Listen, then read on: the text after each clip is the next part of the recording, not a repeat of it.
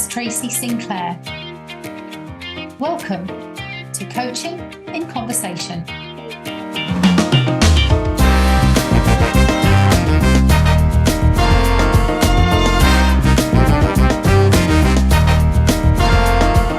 Coaching in Conversation is a chance to discuss and explore not just how we can keep developing and maturing as coach practitioners, but also to consider how coaching is evolving and its future potential and place as a powerful vehicle for human development in today's and tomorrow's world. I'll be sharing some of my own thoughts on these topics, and we will also hear from some great guests from around the world who bring their unique experience and perspectives. Hello everyone, it's Tracy Sinclair here with another episode of Coaching in Conversation. This time I am talking with Kristi Adams, who is a coach who specialises in working in the healthcare field. Kristi trains, coaches, supports process design, many different roles that she plays within the healthcare profession, and is so passionate about what she does based on some of her own life experience, some of which has been very challenging, but which has led her to find her passion in life. And I'll leave her to tell you a little bit more about that. Kristi has won awards for her work in this field, and this episode is called Using Your Passion to Make a Difference. Enjoy. Well, welcome, Kristi. I've been looking forward to this conversation this afternoon, and I'm delighted to have you on my podcast. Thank you. Thank you for having me. Yes, I've been looking forward to it too, a lot. Well, we know that there's a particular aspect to your coaching that I know I would love to explore, and I think will be very interesting for those listening or watching the podcast. But before we go into that, maybe a more general question of how you got into coaching perhaps in the first place. What was your entry point, if you like? Where to start? So I'll start by saying that coaching completely changed my life in ways that I never could have imagined. So I came to coaching, or I found coaching, or coaching found me. I'm not quite sure how it happened, really, to be honest, Tracy, but it was back in 2016. And I had a period of quite significant ill health. So I'd had my two children quite close together. So I had two young children at the time who were 2 and 3, and my health was deteriorating and I didn't know what was going on. And they couldn't find anything, thankfully, that they could diagnose. And so what happens is, if you have illness that's not diagnosable, it often gets diagnosed, but in a kind of non-diagnosed way of being ME or chronic fatigue syndrome. So it's a bit like long COVID as we know it now. So I had been in bed for a year for pretty much the whole of 2013, like I said, with 2 small children, and I didn't know how I was going to do life. And then I found coaching, and it completely changed my life. Wow. And when you say you found coaching, was that because you discovered it as a way of working, or you received coaching? Would it be okay if I go back a little bit further to add some flavour and some context to how I found coaching? Yeah, please do. So, as you know, and I suspect we'll explore together, I specialise in healthcare, and I specialise particularly in healthcare leadership. And my journey into the NHS started when I was 7. So my dad got diagnosed with a pituitary gland tumour, which you may well know, and listeners may well know, people often live very well with. But my dad had a series of other complications with it. And he ended up being a double amputee. So he had both his legs amputated below the knee. And my parents were divorced. So I was a young carer for my dad, but part-time on weekends, which was a bit crazy because I was living this normal life on the weekend with my mum and my sister, and on the week during the week, sorry, and going to school and doing all those things that kids do. And then on the weekend, I was looking after my dad, who was very unwell, and he had lots of sort of mental health challenges as well. And so I ended up spending a lot of time in hospitals, and I learned to be inquisitive. I learned to ask questions. I learned to be curious. I learned to have a bit of a thirst and a hunger for understanding what was going on, because I was a scared child and I didn't know what was happening to Dad when he was unwell. So I guess I found my voice at the age of 7. And I realized that not only was I perhaps unusually curious and inquisitive, but I found that the NHS was my home. So from the age of 7, I knew that healthcare was going to be the place that I ended up belonging.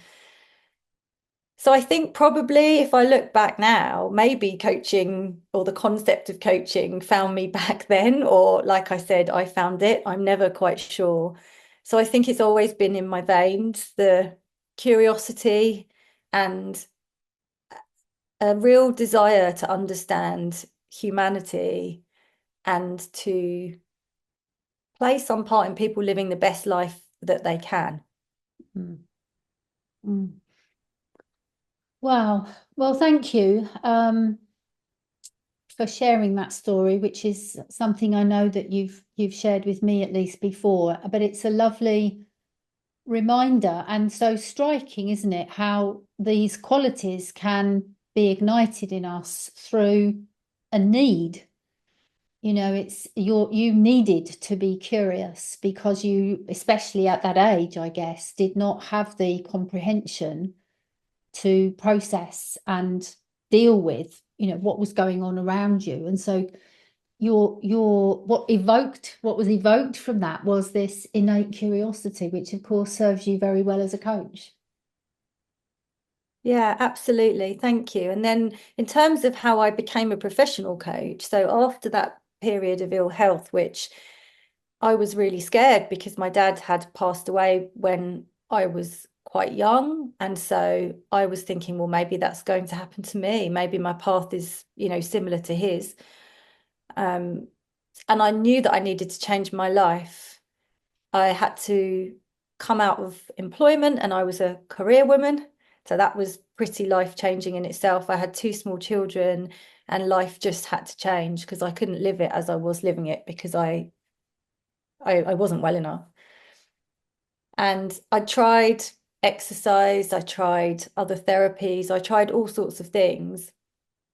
And then I think I just Googled in desperation, what else? And came across this term coaching that I'd never heard of before, if I'm really honest, which seems so strange now because it's everything to me. And I became curious about coaching, and I thought, well, this looks interesting. And I think what I liked about it was the fact that it wasn't someone telling me what to do. I was going to be encouraged to tap into my inner resources and to be able to explore my own options and find my own ways. And if I think back to when I was a kid, that's what I had to do. I had to tap into myself. And so I thought, well, if I could do it then, I can do it again now. And so I decided to read and learn everything I could about coaching. And once I'd done that, I thought, right, okay, not only do I belong in the world of healthcare, but I think I belong in the world of coaching. So that's when I trained to become a coach. And the two worlds came together in a way. Before we go into that, I'd love to just comment on something that you've just shared there about your inner resources, because I guess what strikes me is when we're challenged, it can be a default position to look outside for answers and support and resources. And I'm not saying that's not helpful, because there's a lot we can gain, obviously. But what was interesting about what you shared is because you had this undiagnosed diagnosis, this kind of mysterious, nondescript category that you're put in, um, you weren't getting the answers. What strikes me is you weren't getting the answers from outside, from, the powers that be or those who know, because they didn't know. And that led you to go inside. So your story for me is just like, it's the perfect model of what coaching is about, in that regardless of what's going on outside, whether it's useful or not, there are answers inside of us that, in your case particularly, both as a 7-year-old in the hospital with your dad, and then as a young mum trying to understand why she's been in bed for a year, helped you to reshape your life up to quite significant points. And you used coaching, whether you knew it or not, in a way at the time, you used coaching or the principles of coaching to find your own answers. Yeah, it's absolutely what happened. And when I think back now to the days of lying in bed, I remember it so well, Tracy. My baby, the kids were 2 and 3 at the time, and every bit of energy I had went on getting them dressed and ready for nursery and loving them with every fibre of my being. And then I'd go back to bed, and then when they came home from nursery, I would be mum again. And when I was in bed during the days, I for anybody that's experienced any sort of chronic fatigue or fibromyalgia or these other conditions that are by non-diagnosis, if you like, it's you lose your sense of yourself because there is no diagnosis. And so you start to question yourself. You start to think that you're going a bit mad, and to think that this isn't real, and to think that you're making it up, and how comes everyone else can cope with life and I can't? And I was training to do a half marathon when I became ill, and I have always been a very fit person. I'm a very ambitious person, and I live in the fast lane, and I lived in no lane. I lived in my bed, and there was one particular day and there was a glass of water at the end of the bed, and I thought, I am so thirsty, but I can't get out of bed to get that glass of water. And the sense of desperation, I can feel it now as I'm just, as I'm describing it. And now that seems like an alien world, but that was my world for a very long time. But I always knew that I could get myself through it. And I don't know what I mean by that, other than that I knew that I could. And that's when the coaching really came into my life. And tapped into that. Yeah. Yeah. I mean, I just think gosh, I mean, we could spend the rest of this podcast, I think, just unpacking that piece alone, but maybe we'll look at that another time, because I'd love to talk about the healthcare piece. But I mean, I don't want to minimize how challenging your situation was, or how other situations are for people around the world. But to have that belief inside that you can and will somehow find the way is so powerful, isn't it? Because even though that's going to probably be really hard to do sometimes, it's not an easy pathway, is it, to sort of work your way out of that kind of challenge. But to know that you have it within you to be able to do it is so overwhelmingly powerful. Yeah, and I have my dad to thank for that, because, having been a young carer and spent so much time caring for him mentally, physically, spending so much time in and around hospitals and GP surgeries, and missing out on all sorts of things as a child, missing out on friends' parties and not being able to do all the things that my friends were doing because I was looking after my poorly dad. Thank you, Dad, because I genuinely wouldn't be doing what I'm doing now if I hadn't have had those experiences. And I think all of us can place a frame, can't we, on how we view things, and we have the gift of being able to reframe them. And for me, I didn't have a very easy relationship with my dad, and when he died, things between us weren't easy. And, I can never tell him, can I? Thank you, but thank you. Mm. Yeah. Yeah. Yeah. Thank you for that. And I guess, these things that we've discussed so far are what we as coaches are trying to support our clients to tap into and nurture. But of course, it also applies to us, doesn't it? We're human beings navigating our way through as well. Well, I'd love to hear a bit more about the healthcare piece because I know that it's so important to you.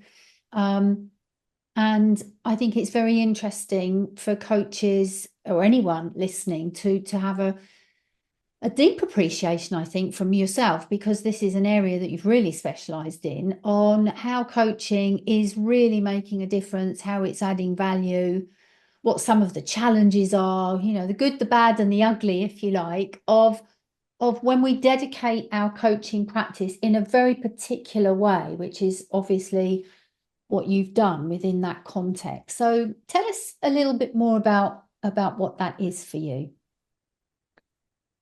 So for me, I specialize in healthcare and probably specialize even further in healthcare leadership.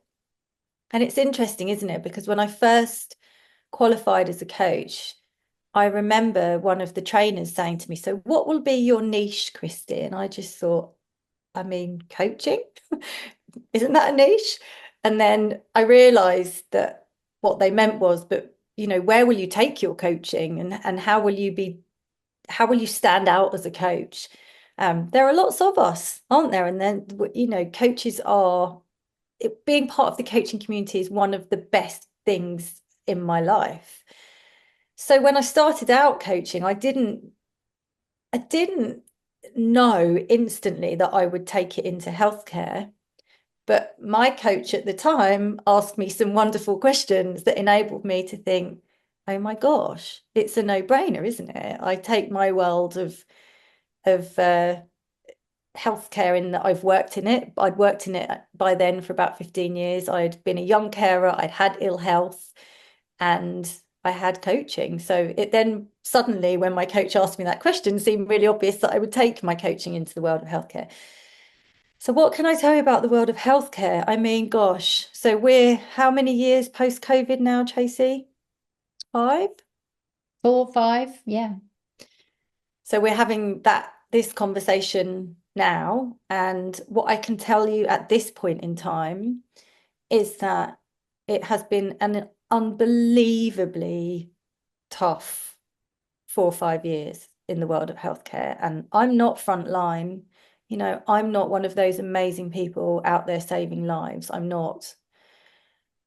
I work with the people that are, and I've heard so many times people say to me, I'm broken, Kristi, I'm broken. And these broken people are the people that are fixing us.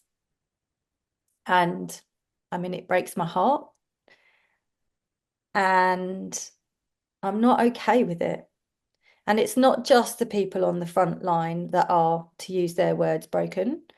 It's the people behind the scenes too. So it's the people working in managerial roles. It's people working in delivery roles, trying to get things to happen. It's people working locally. It's people working nationally within those organizations. And they're all just exhausted. So that's the world that I operate in terms of my coaching. And I find myself having conversations with people daily where they tell me things that they've never told anybody else. Probably because they've never stopped and given themselves the headspace to even recognize that that's what they're thinking or what they're feeling. So I work with clinicians, I work with managers, I work with leaders, and I mean, it's an absolute privilege. I have to look after myself in all of that. I'm wondering whether that would be a question that you would ask Tracy, knowing you. It's at the end of the every day, I have to have my own wind down processes that I go through. to make sure that I'm not taking their stuff with me, because it's not my stuff, it's their stuff. But it's a really, really tough place for people right now in healthcare. And if I can do, my bit in some way to make their lives better, people working in healthcare, then that's what I'm here to do. Mm, mm. And thank you for doing it. Um, I'm, I, I know that we could go down a path of looking at why that situation is the way it is, which would take us into economics and politics and all sorts of other things. And I don't know that that's necessarily what's useful for us here. But what I'm interested in, I suppose, is the role that coaching can play in support of that work, and hear a little bit more about your perspectives on that, and what could even be better, what could even make a better difference. And the thing that struck me about what you were saying is this term of a perception from people themselves that they're broken. And that strikes me then that the whole context of that coaching, in a way, and please correct me if I'm wrong here, is the whole context of a lot of that coaching is coming from a place of lack, in a way, is coming from a place of a lack of whatever, a lack of nourishment, a lack of support, a lack of resources, a lack of time, a lack of energy, lack of sleep. And it's interesting, isn't it? Because coaching in many ways is positioned as something that helps us to tap into potential. So as there's that forward, that the goals and the aspirations and the dreams. And yet, as I hear you describe this, it feels as though a lot of that work is quite a long way from that space. What are your reflections on that?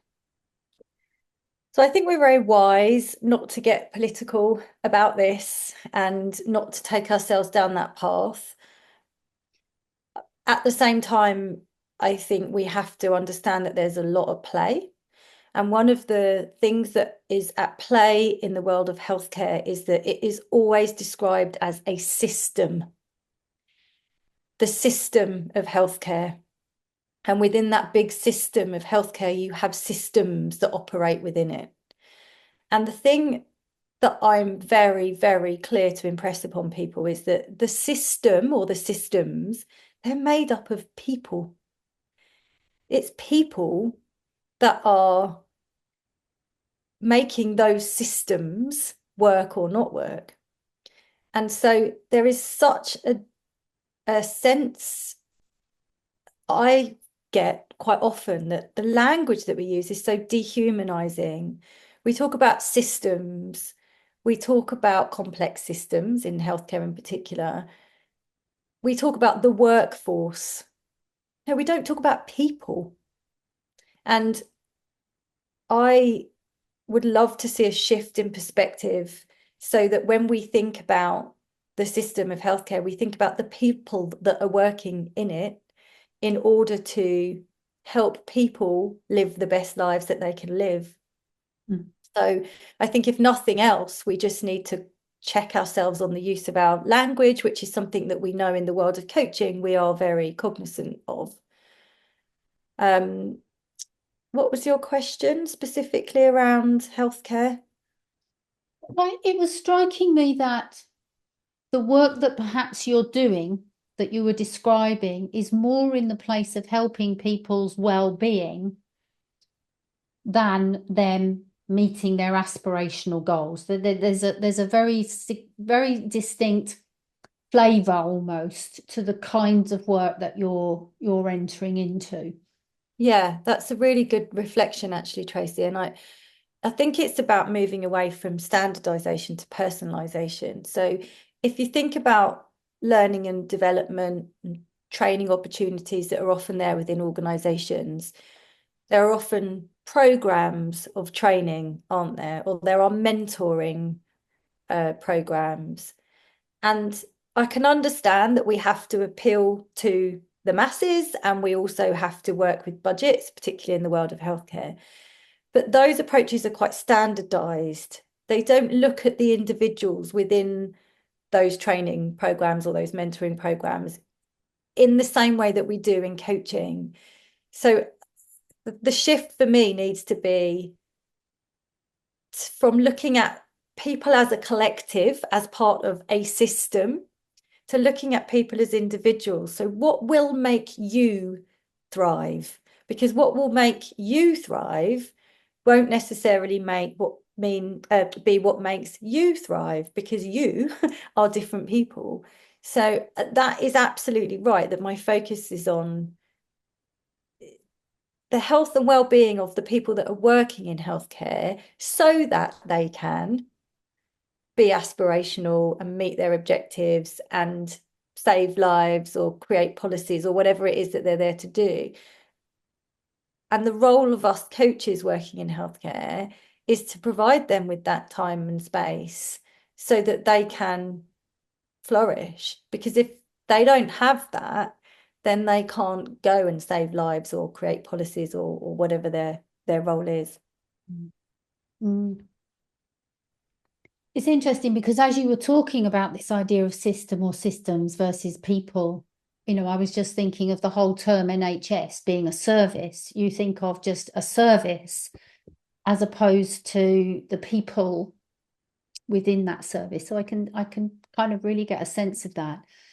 So I'm also picking up here that the goal is obviously to support these people's well-being, because it is challenged given the environment that they're working in and have to perform in, so that they can return to being aspirational and meet their goals and their dreams for their profession, for their lives, etc.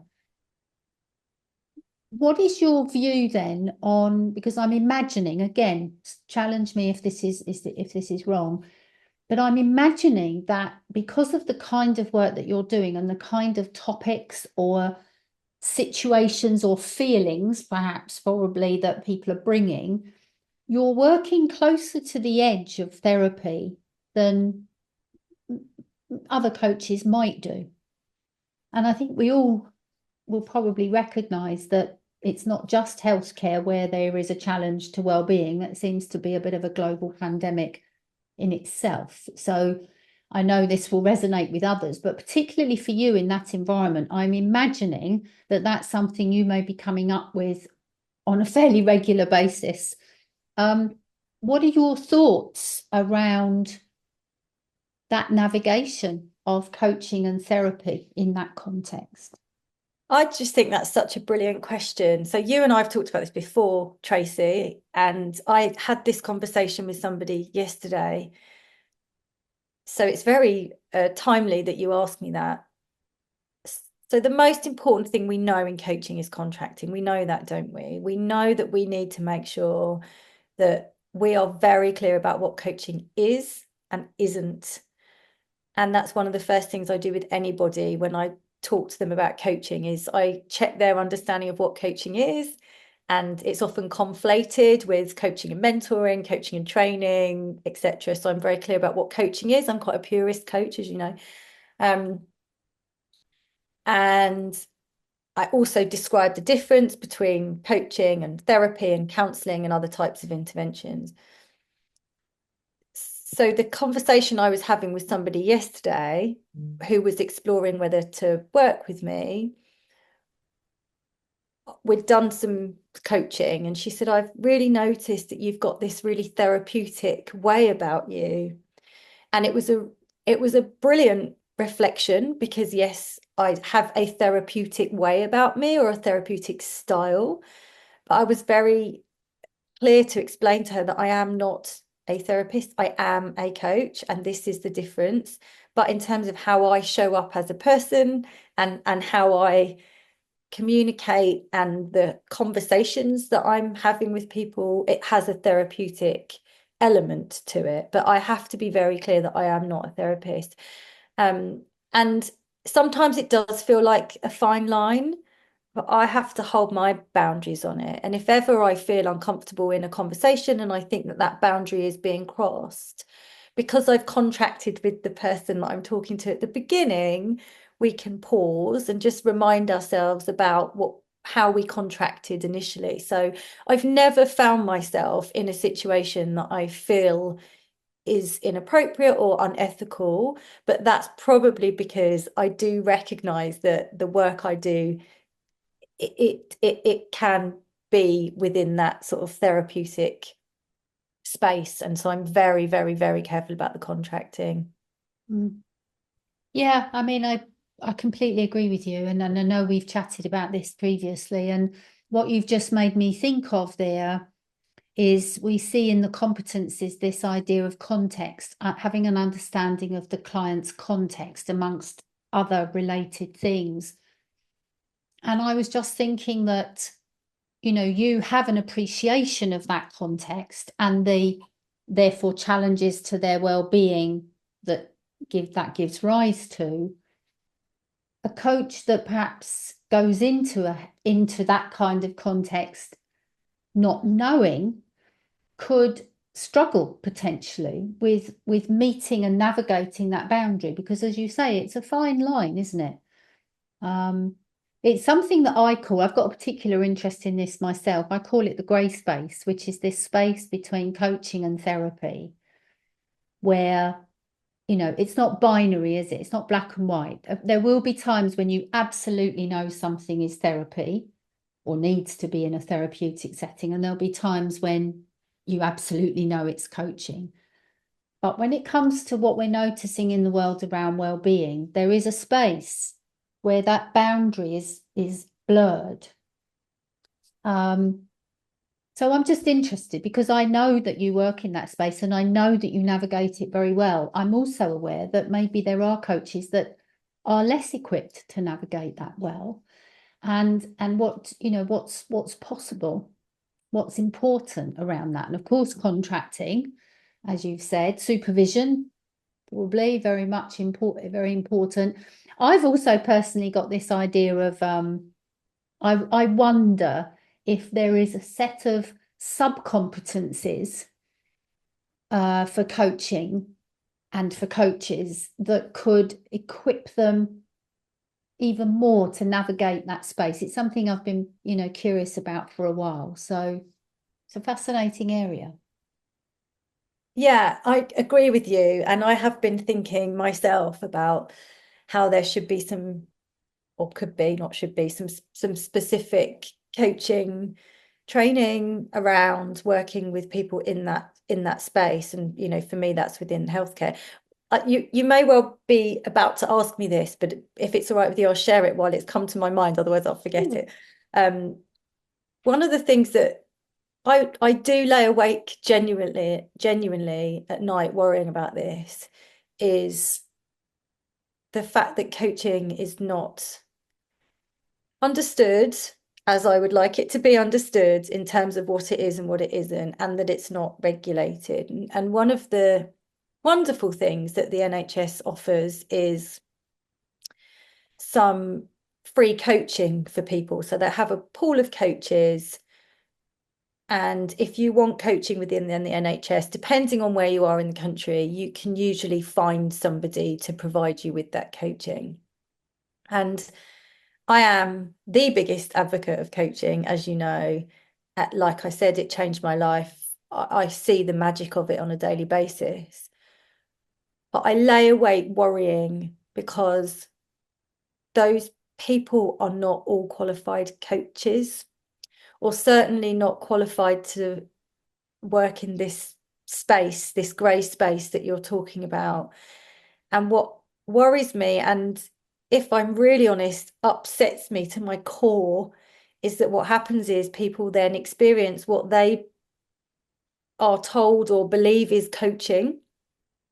And it's not coaching as you and I know it. It's not that transformational coaching. And so I think we lose those people because they don't want to then explore the sort of coaching that you and many of our listeners are offering, or they come to me and they've had a terrible experience of coaching. They're brave enough to want to try it again, but they're skeptical. So it's not to say that I don't think the NHS coaching is a wonderful offer. I think it is. I think everybody should take up free coaching if it's offered to them. But I think my advice to anybody that is looking at taking up that type of offer, whether it's in the NHS or anywhere else, is to really ask your coach, tell me about you, tell me about your experience, tell me about how you got into coaching, tell me about your qualifications. And I don't think there's anything wrong with that. I think there's everything right with that. And I want everybody to ask me all those questions and anything else they want to, if that reassures them that they're going to get the best possible experience of coaching. So my worry is that coaching is being offered, and I think in some cases it's doing more harm than good. Interesting. Interesting. So that maybe then takes us to the next piece I'd love to explore with you, Kristi, is what's possible in the future. Where do you see the opportunity for coaching in healthcare over the next period of time? And, as well as those opportunities, maybe what are some of the things that would need to be navigated to realise those opportunities? In the last 3 or 4 weeks, there seems to be a shift in the conversations that I'm having with people that commission me working in the NHS. Conversations previous to that really seem to be focused on that standardized training. I don't know what's happened in the last 3 or 4 weeks, but I've had so many more conversations around we've got these particular individuals or this particular person that we know has potential. How can you help us realize that potential?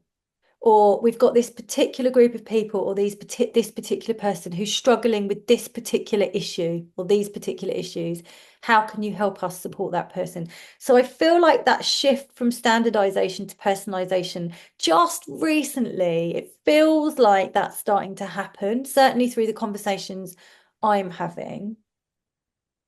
I think the potential is, you can see my face. Those of you that can't hear me, you can probably hear my elevated energy and smile, because there's so much potential for coaching across all society. But, I'm talking about healthcare.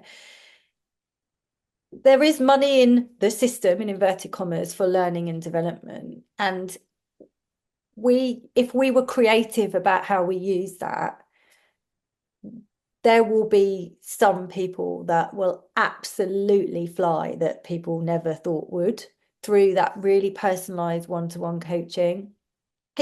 If I didn't have a mortgage to pay and I didn't have bills to pay, Tracy, I would offer free coaching to anyone and everyone working in healthcare. That would be my dream. That's not a reality yet. Who knows, one day. But I think everybody, and regardless of hierarchy, and this is something that really, again, genuinely, I'm so sad, but it keeps me awake at night.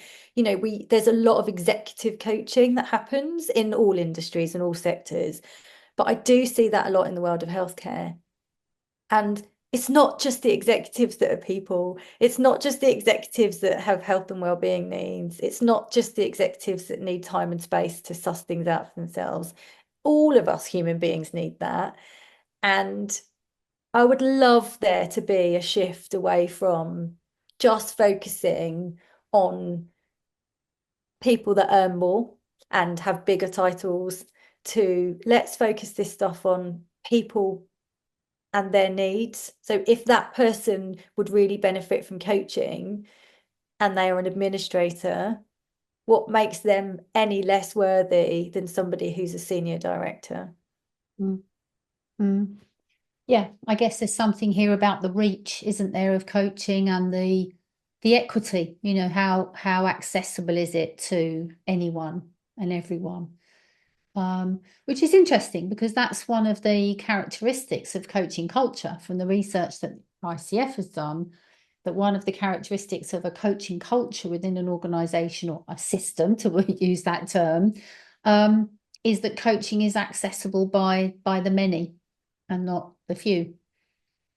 Yeah, and NHS England commissioned me last year to train 2,000 of their managers online to use coaching skills.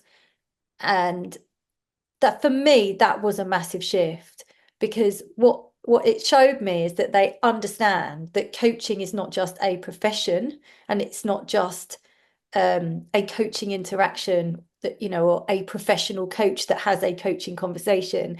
There was a real recognition that coaching conversations, if they permeate through a team or an organization, they create these massive transformational shifts in relationships. Yeah. And the feedback, I mean, it was a 3.5 hour session, Tracy. I did it, like I said, to 2,000 people. And the feedback from just that 3.5 hours was that people felt, doubly confident to go away and have a coaching style interaction. And I've had feedback since then where people have come back to me and said, just those simple coaching skills that you taught us has completely transformed this relationship, with my child or with my partner or with my colleague. So none of this is rocket science. And I suppose, in utopia, we would just go out there and share the magic of having coaching style interactions using some very simple coaching skills. And I have a model for that I use that, it seems to work. Marvelous. Well, then that takes me perhaps, sadly, probably to my last question for today. The time just flies as always, but we've talked a little bit about what the future of coaching could be like in healthcare. What about you? What's in store for you next? Oh, I got all goosebumpy, Sharon, because if you'd have asked me that when I was ill in bed, what was next for me was to go and get that glass of water. But I do remember lying in bed thinking, I've got this dream of being, the coach that people go to within the world of healthcare. And that's not just about me, but Atigo, which is my company, and the team that I work with. So what's next for me? Well, I'm having lots of conversations, which is how the world happens, isn't it? Around some different opportunities. I think I would love to see coaching as an offer that people get, as opposed to just why don't you go on this mandatory course? Why don't you go on this online, 2-hour course, etc. Like I'd love to see coaching to be personalized, and I'd love to be part of making that happen within healthcare. And I'm sort of chipping away at that. And I have a community. So for all you listeners out there who are working in health, social care, or the community and voluntary sector, or in any other health related organisations, we have a community. I think we're at 339 today, Sharon. So just an amazing bunch of people that all want to play their part in making the world of healthcare in particular a better place. So anybody that's interested can join that community. We meet, it's no cost. There's lots of tips and tools and techniques. And it's a real good opportunity for people that want to network but hate networking. So the way I've built what I do is through connections and conversations. And in the same way that I trust the coaching process, I trust that what will be will be. Yeah, what will be will be. Well, on that note, thank you so much, Kristi. It's been a joy, as it always is, to talk to you. Thank you for the work that you're doing. I think coaching makes an enormous contribution all over the world, but particularly in healthcare, which is something that's so important to sustain society. It's a great impact that you're having, I'm sure. So thank you so much. Thank you for having me. You have been listening to Coaching in Conversation by Tracy Sinclair, a podcast aimed at exploring how coaching is a vehicle for human development in today's and tomorrow's world. You can learn more about coach training and development at tracysinclair.com and follow us on social media. If you enjoyed this podcast, please leave a rating and review, and also share it with your networks to help us expand our reach. Thank you for listening, and see you next time.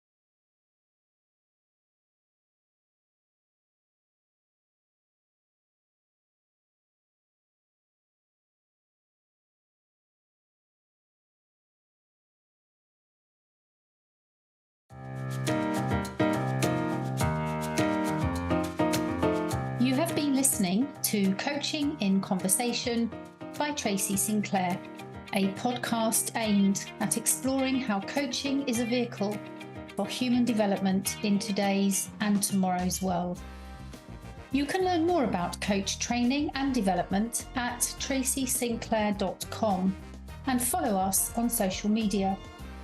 If you enjoyed this podcast, please leave a rating and review, and also share it with your networks to help us expand our reach. Thank you for listening, and see you next time.